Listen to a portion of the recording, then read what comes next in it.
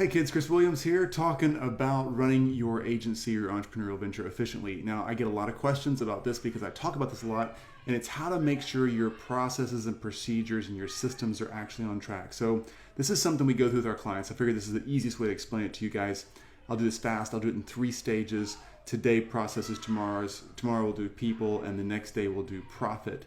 And then I'm going on vacation for a week, so I will not see you for a week. Oh, so sad. But today, let's talk about processes, and let me just walk you through exactly how we do this. This is the not so simple path to freedom-based practices or companies, whatever you've got that you own. So processes, the important part about a process, if you're building a process or tuning up the processes and the systems you've got in your business, in your practice, in your agency, whatever it is that you've got right now, the important part of that are these 3 things: the when, where, and how. How are you doing the thing you're doing? Where do you get the work done? Like, where's the workflow actually happen? At a computer, at a work table, at a conference room, whatever. And when does it happen? What are the deadlines about? When is all the team going to be most available? All that kind of stuff. That's important stuff, right? So let's talk about the process itself. The minimum number of steps is critical. So when I review our own Scenthold processes, my company Scenthold, when I review our processes, I'm constantly looking for steps I can take out.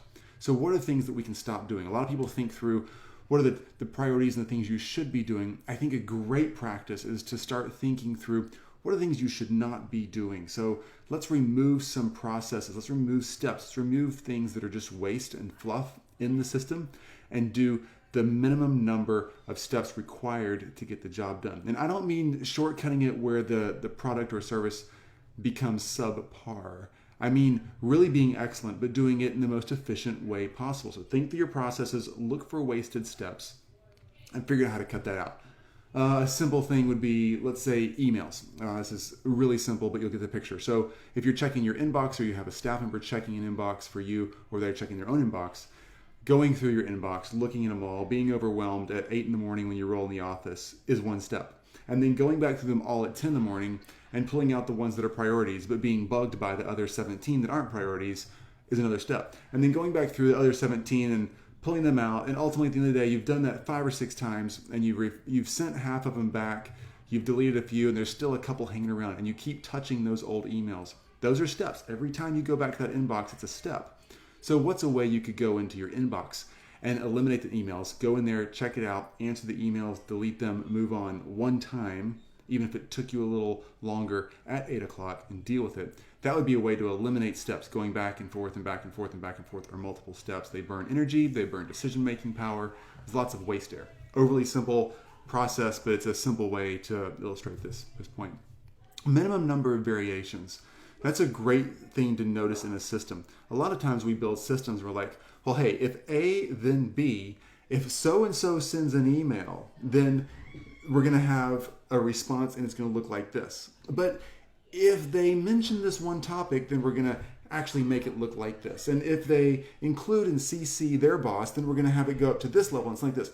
We're looking to short circuit and bring down the number of variations that's in any process. So if there's ever a decision tree that comes through your processes and you can go A, B, or C, we're going to try to eliminate an option. Just try to simplify it down, because the more variations you have in a process, or let's say there's 3 ways we make coffee in the office, or there's 3 ways we do a client discovery call, or there's 3 ways we measure a property before we can give a quote, or there's 3 ways we invite a patient into our practice.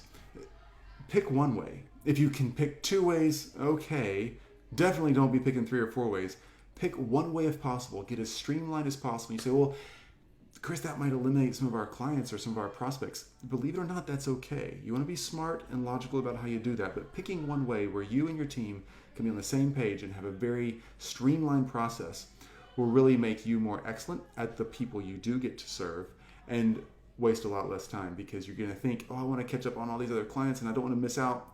Believe me, you won't. There's probably 20% of them that are variations that are freaking all over the place, and they're going to drag your whole business down. Focus on the ones that are the most important, the highest profit margin, and that bring you and them the best success, and figure out the minimum number of variations for that process that helps that patient, client, whatever it may be.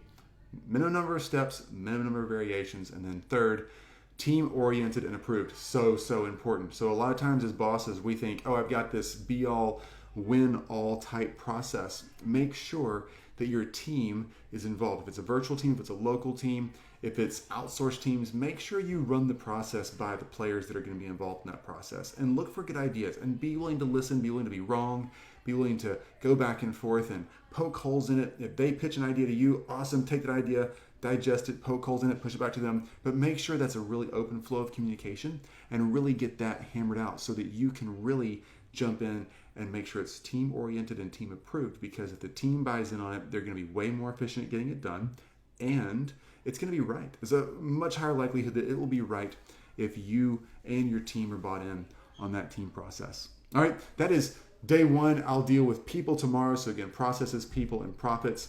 That is day one of the process model, and some basic things to start looking at and thinking about as you look at your processes and as you look at your team's processes and how those are all working together. Hope that helps.